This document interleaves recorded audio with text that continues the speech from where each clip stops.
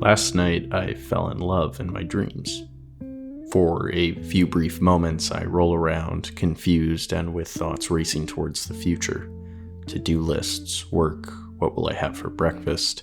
And then this gentle haze of a life fully lived covers any present concerns, and I'm suddenly whisked back into the past 6 hours of comatose. It's my high school, or at least it's the feeling of my high school. Doorways lead to merging buildings from different eras of my life. A mass of faceless students and mixed identities give off the impression of familiarity and nostalgia. I think we were being hunted, or perhaps it was some sort of contest to weed out the weak and pathetic. But I'm saved. I find a girl and we connect our hair together, and from that moment on we kiss and cuddle. This is in spite of the surrounding chaos. I feel at home. She's composed of several faces and identities, and they're always shifting. But this point of comfort remains. I love her, and she loves me, and we are saved. There's little reflection at this point. I'm not considering the implications of this sudden, passionate affair on the narrative of my life. I don't question the lack of information available. I simply embrace the situation. There are conversations and some exchange of personal details, but language and symbols act as a port of arrival and departure. There's no essence behind them, like I'm floating on semantics. And then awake, all that's left is the peculiar feeling that I've lived the life of another. Sure, the feelings are there, and in some state of mind, I too had at once existed in this strange world and in this strange arrangement.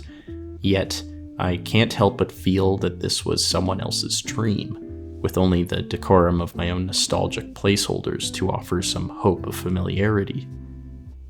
Yes, I was dreaming, but was it really my dream? When we dream, it's as if our identities become these barely tangible vessels that follow the directions of much darker and primal sections of the mind, leading us to brush against those limits of personal understanding one might find far too intolerable when awake.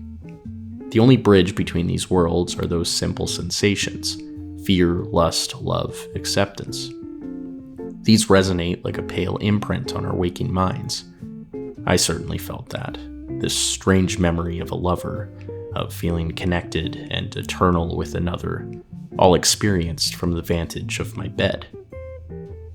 For a few moments I mourn the loss of her. I hesitate from overindulging, of course.